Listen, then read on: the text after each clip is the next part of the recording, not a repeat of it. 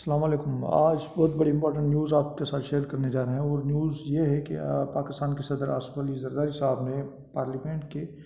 1 سال مکمل ہونے پر پہلا خطاب کیا ہے پارلیمنٹ کو، یعنی کہ اس گورنمنٹ کا یہ جو ہے وہ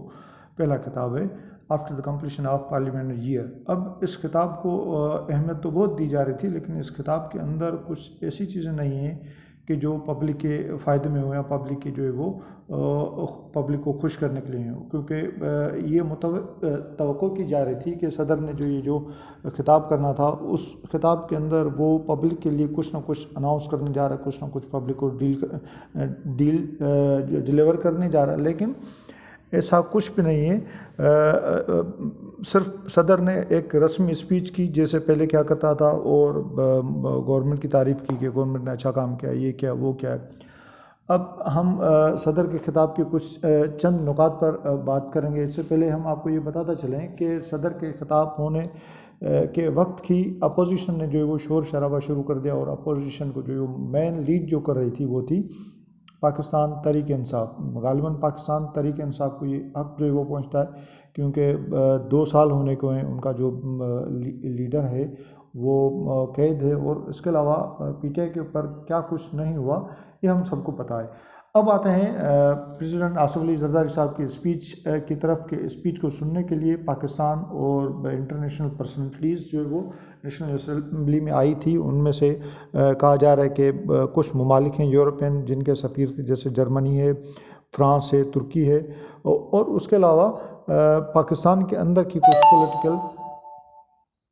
شخصیات تھیں، جیسے کہ سی ایم مراد علی شاہ ہیں، سرفراز بگٹی ہیں، شہباز شریف ہیں، اور کچھ دیگر لوگ تھے جو اس وقت موجود تھے صدر کے خطاب کے دوران۔ اب صدر نے اپنے خطاب کے اندر کیا کہا، یہ دیکھیں۔ نمبر 1 پوائنٹ صدر نے جو ہے وہ یہ کہی کہ ہمیں جو انٹرنل ڈفرینسز ہیں ان کو بھلا کے پاکستان کی اکانومی اور پولیٹیکل اسٹیبلٹی کو جو ہے وہ ترجیح دینی چاہیے۔ اب پاکستان پیپلز پارٹی یہ چیز کہہ تو رہی ہے، لیکن پاکستان پیپلز پارٹی وہ خود نہیں کرتی، کیونکہ آپ کو پتہ ہے کہ پاکستان پیپلز پارٹی کی گورنمنٹ سندھ میں ہے، اور سندھ میں ان کا جو ہے وہ رویہ اپنے پولیٹیکل اپوننٹ کے ساتھ کیا ہے یہ آپ کو اچھی طرح پتہ ہے۔ دوسری پوائنٹ جو ہے وہ پریزیڈنٹ صاحب نے کہی ہے کہ اکانومی جو ہے وہ getting stronger with every passing day, یعنی کہ پاکستان کی جو اکانومی ہے وہ ہر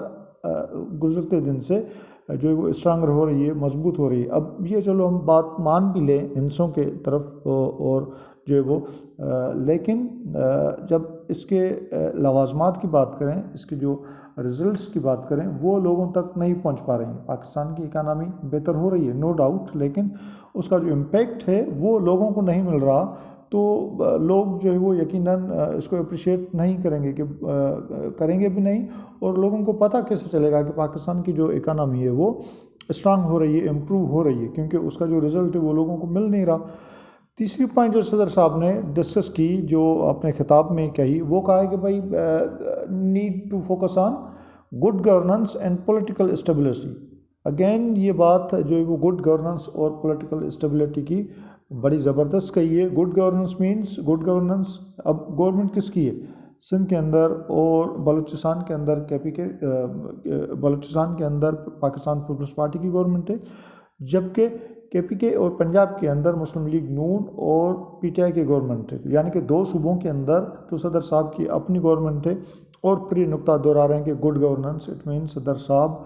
کو یہ توجہ دینی چاہیے سب سے پہلے اپنے صوبے کے اوپر، کہ وہاں پہ جو گورنمنٹ ہے وہ آیا کہ گڈ گورننس کا شکار ہے یا بیڈ گورننس جو ہے وہ دکھ رہی ہے۔ الٹیمیٹلی آپ کو پتہ ہے کہ سندھ کے اندر جو گورنمنٹ ہے وہ ایک بدترین بیڈ گورننس کا مثال ہے۔ باقی دوسرے صوبے وہ ان کی اپنی اپنی پارٹیز ہیں، وہ ان کو امپروو کریں گے یا نہیں کریں گے، لیکن صدر صاحب کو اپنے گھر کی فکر کرنی چاہیے، صوبہ سندھ کی فکر کرنی چاہیے کہ بھائی اس نے اپنے صوبے کے اندر جو گورنمنٹ چلائی ہے وہ کس طرح کی چلائی ہے۔ نو رزلٹ، نو امپرومنٹ، صرف باتیں ہو رہی ہیں، صرف ٹاکس ہو رہی ہیں، صرف جو ہے وہ اپوزیشن کو سپریس کرنے کی کوشش کی جا رہی ہے، لیکن پریکٹیکلی کوئی بھی کام نہیں ہو رہا۔ تو اس حوالے سے آج کی جو ویڈیو ہے وہ ہم لے کے آئے تھے آپ کے لیے پریزیڈنٹ آصف علی زرداری کے خطاب کے حوالے سے۔ خطاب کی امپورٹنٹ بڑی بتائی جا رہی تھی پہلے، لیکن خطاب کے بعد یہ پتہ چلا کہ یہ صرف جو ہے وہ رٹافیکیشن ہے، جو چیز پہلے